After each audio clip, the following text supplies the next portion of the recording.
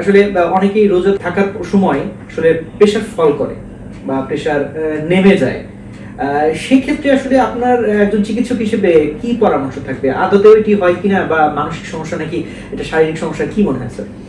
মানে এটা আসলে আপনি যে কথাটা বলেছেন যে এটা আসলে অনেকগুলো দিক আছে। একটি দিক কিন্তু আমি অলরেডি বলেই ফেলেছি যে পানি খাওয়া কম হয়, এই কারণে হয়তো কারো কারোর জন্য ব্লাড প্রেশারটা একটু কমতে পারে, যেটা আমি একটু আগেই বললাম। কিন্তু আরেকটি বিষয় আছে, মানসিক যে কথাটা বললেন, অনেকে ভয় পায়, অনেকে রোজা রাখতে চায় না, রোজাকে অ্যাভয়েড করতে চায়। তাদের মধ্যে এরকম একটা প্রবণতা হয় যে না, আমার ব্লাড প্রেশার আছে, আমার ডায়াবেটিস আছে, যেটা নিয়ে আমরা পরবর্তীতে আলোচনা করব। যে তারা করে কি, ওই ইচ্ছা করে এইসব। আবার কেউ কেউ বলে আমার আলসার আছে, পেপটিক আলসার ডিজিজ আছে, সেটিও হয়তো অনেক সময় ঝামেলা করতে পারে। এগুলো বলে অনেকে ভয় পায়। আসলে ভয় পাওয়ার কোনো বিষয় রোজাতে নেই। ব্লাড প্রেশার কমতে পারে, ওই যে আমি আগেই বললাম যে সময়টা খাবারের সময়, ওই সময়টা আপনি একটু তরল জাতীয় খাবারের পরিমাণটা বাড়িয়ে দিবেন এবং ব্লাড প্রেশার ওষুধটা আপনার ডাক্তারের পরামর্শ মতো আগে যা খাচ্ছিলেন যদি উনি মনে করেন তাহলে একটু হয়তো কমিয়ে দিতে পারবেন। এটি আমরা করতে পারি। তবে যে আরেকটি যে অবতারণা করলাম, যে অনেকেই বলে তার পেপটিক আলসার ডিজিজ আছে, উনি অনেকক্ষণ না খেয়ে থাকতে পারেন না। হ্যাঁ, এটি একটি সমস্যা অবশ্যই আছে আমাদের দেশে।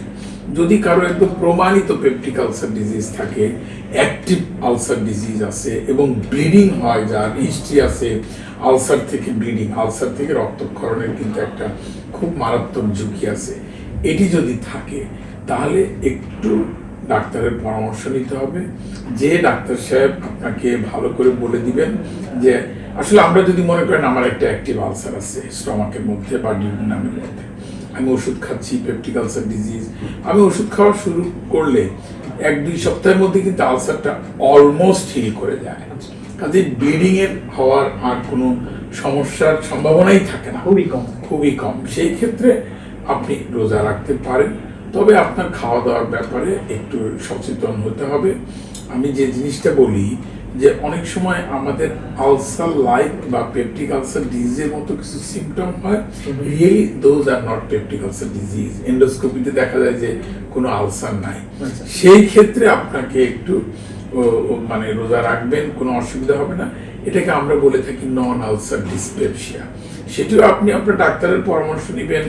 আর এটিতে এই নন আলসার ডিসপেপসিয়াতে অবশ্যই আপনি রোজা রাখতে পারবেন, এরকম কোনো সমস্যা হওয়ার কথা নয়। ধন্যবাদ।